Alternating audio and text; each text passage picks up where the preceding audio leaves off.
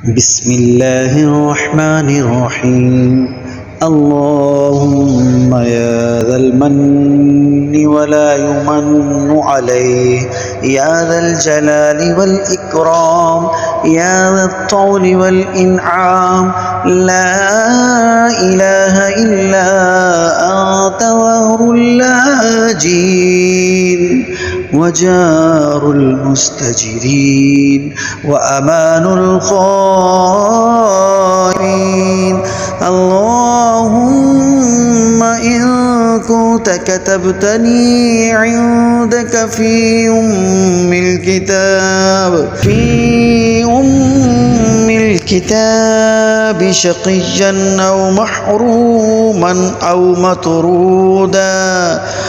مطرودا أو مقترا علي في الرزق، فامحو اللهم بفضلك شقاوتي وحرماني وترضي واقتتار رزقي، وأثبتني عندك في الكتاب سعيدا مرزوقا موفقا للخيرات، فإنك قلت وقولك الحق في كتابك المنزل على لسان نبيك المرسل.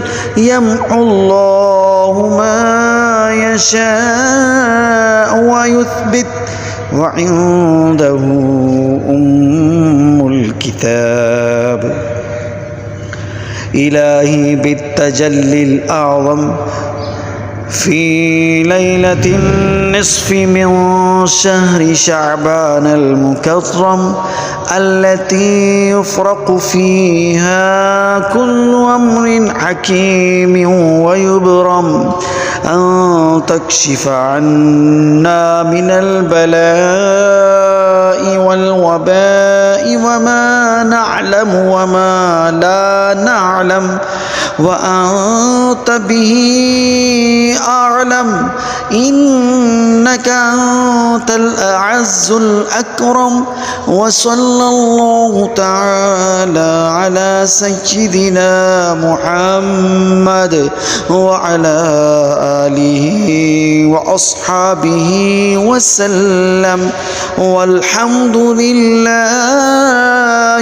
رب العالمين.